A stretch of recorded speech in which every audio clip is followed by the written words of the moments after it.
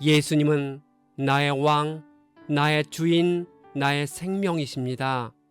하나님 아버지, 포로가 되어 있는 제사장 에스겔에게 환상으로 성전을 보여주는 모습을 봅니다. 하나님께서 에스겔에게 성전과 제사 제도가 회복되는 모습을 보여주시니 그가 소망을 가졌을 것입니다. 우리의 예배가 드려지는 모든 곳에서 하나님을 경배하고 찬양하는 기쁨이 회복될 수 있도록 인도해 주옵소서. 예수님의 이름으로 기도합니다. 아멘. 오늘 읽을 말씀은 에스겔 40장과 41장입니다.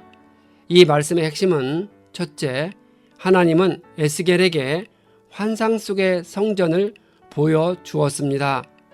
둘째, 에스겔은 지성소와 성소와 골방들을 보았습니다. 셋째, 에스겔은 성령에 이끌려 미래에 회복될 성전과 이상적인 제사 제도를 보았습니다. 성전과 제사 제도를 보면서 제사장 에스겔은 깊이 깨달았을 것입니다. 40장, 에스겔이 포로된 지 25년째 되는 해는 예루살렘 성읍이 파괴된 지 14년째 되는 해입니다. 그해 첫째 달 10일에 여호와의 손이 에스겔을 이스라엘 땅으로 데리고 가셨습니다. 첫째 달 10일은 이스라엘 백성이 출애굽을 준비한 날이고 그들이 가나안 땅에 첫 발을 들여놓은 매우 의미 있는 날입니다. 하나님은 에스겔에게 환상 속의 성전을 보여주셨습니다. 이렇게 하신 이유는 예루살렘 성전을 잃고 절망 속에서 바벨론 포로로 살고 있는 이스라엘 백성들에게 장차 회복에 대한 소망을 심어주기 위함입니다. 하나님은 에스겔에게 눈으로 보게 하고 귀로 듣게 하고 마음으로 새긴 후 이스라엘 백성들에게 선포하게 했습니다. 에스겔은 청동같이 빛나는 사람이 성전에 대해 보여주는 것을 보고 기록하고 있습니다. 그는 성전 밖의 벽의 두께를 재고 높이도 쟀습니다. 에스겔은 그 사람을 따라다니며 문간의 길이를 재고 문지기 방 길이를 자세히 쟀습니다. 안쪽 문의 현관을 재고 문지기 방이 3개씩 있는데 그 크기가 같음을 알았습니다. 문지기 방은 성전에서 허드렛 일을 하는 사람들이 사용하는 방입니다. 각 방의 칸막이 숫자와 방의 지붕과 지붕 사이의 길이도 쟀습니다.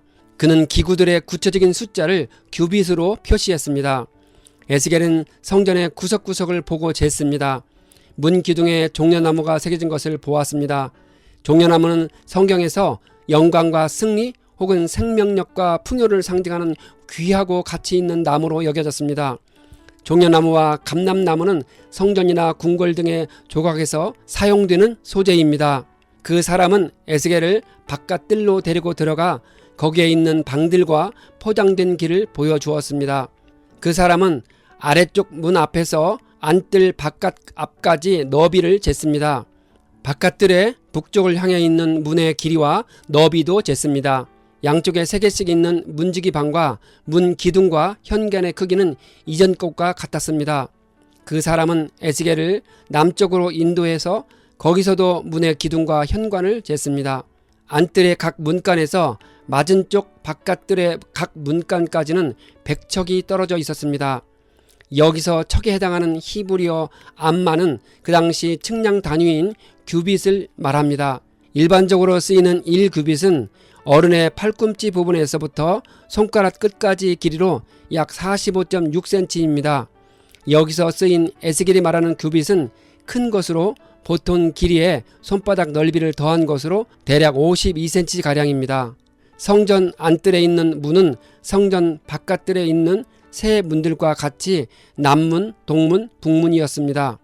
안뜰의 세 문은 바깥뜰의 세 문 맞은편에 대략 52cm인 100척 정도 떨어져 있었습니다. 안뜰에 있는 3개의 문도 바깥뜰에 있는 3개의 문과 모양과 규모에서 똑같았습니다. 다만 성전 바깥뜰에서 성전 안뜰로 들어가기 위해서는 8계단을 올라가야 했습니다. 성전 바깥뜰에서 성전 안으로 들어가는 문간으로 올라가는 층계가 8개이고 성전 밖에서 성전 바깥뜰의 문간으로 올라가는 때는 층계가 7개가 있었습니다. 따라서 성전 밖에서 성전 바깥들의 문간을 지나 성전 안뜰로 들어가기 위해서는 모두 15개의 층계를 올라가야 합니다. 이것은 성소와 지성소가 있는 성전의 본체를 향해 가면서 점차로 높아지는 성전 구조를 보여줍니다. 하나님의 임재를 상징한 성소의 고상함을 보여주는 모양을 갖추고 있는 것입니다. 북쪽을 바라보는 방은 제사장들이 사용하는 방이었습니다. 그곳에서 일하는 제사장은 사독의 자손들이었습니다. 이들은 아론의 후손들로 다윗 왕의 통치 초기부터 아비아달과 함께 제사장 직분을 수행했습니다. 솔로몬이 아도니아 사건으로 인해 아비아달을 파면한 후 사독은 유일한 대제사장으로 인정받았습니다. 사독과 그의 후손은 주 70년 이스라엘이 노마에 의해 멸망당할 때까지 하나님의 성전에서 제사장 역할을 감당했습니다. 41장 에스겔은 그 사람을 따라 성소로 가서 문기둥과 문입구 등을 쟀습니다. 마침내 그 사람은 에스겔을 데리고 성소를 가로질러 재면서 이곳은 지극히 거룩한 곳인 지성소다라고 했습니다. 그는 성전 벽을 재고 성전 주위에 둘러있는 쪽방의 너비를 쟀습니다. 지성소는 성전의 가장 안쪽에 있는 곳으로 하나님이 임재하심을 상징하는 언약궤가 있는 곳입니다. 이곳은 오직 대제사장만이 1년에 한 번 속죄일에 희생제물의 피를 가지고 들어갈 수 있었습니다. 성전의 남쪽, 서쪽, 북쪽 3면에 붙어있는 골방은 각 층에 30개씩 3층으로 되어 있었습니다. 이 골방들은 제사장들이 사용하였는데 성전의 각종 비품들과 제사용 도구들이 보관되어 있었습니다. 하나님은 에스겔에게 환상 가운데 새 성전을 보여주었습니다. 에스겔이 성령님의 인도하심을 따라 환상 속에서 새 성전을 본 후 바벨론의 포로가 되어온 절망에 빠져있는 이스라엘 사람들에게 설명해 주도록 했습니다. 에스겔은 좌절하고 있는 이스라엘 백성들이 반드시 회복되어 새 성전을 갖게 될 것이라 알려주어 소망을 갖게 했습니다. 에스겔이 환상 속에서 본 새 성전은 이전 예루살렘 성전과 비교해 볼 때 휘장과 진설병상과 등대와 언약궤가 없고 동쪽 문은 봉합되어 있었습니다. 에스겔은 판자에 그룹과 종려나무가 새겨져 있는 모습을 보았습니다. 그룹은 하나님께서 만드신 천사들입니다. 에스겔이 환상 중에 본 판자에 새겨진 것들은 성전에 임재해 계시는 하나님의 영광과 거룩함을 수호한다는 의미를 지닙니다.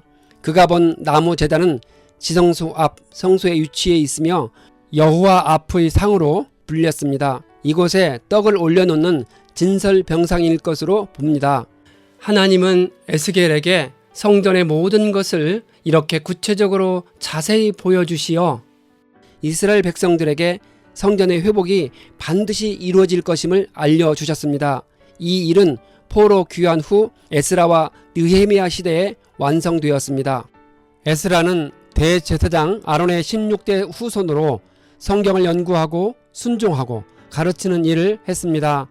느헤미야는 정치 지도자로서 신앙의 회복을 위해 에스라와 함께 사역을 감당했습니다. 종교 지도자와 정치 지도자가 신본주의 세계로 하나가 되어 성경 통독을 인도했고 백성들은 성경 말씀에 기준을 두고 살아갔습니다.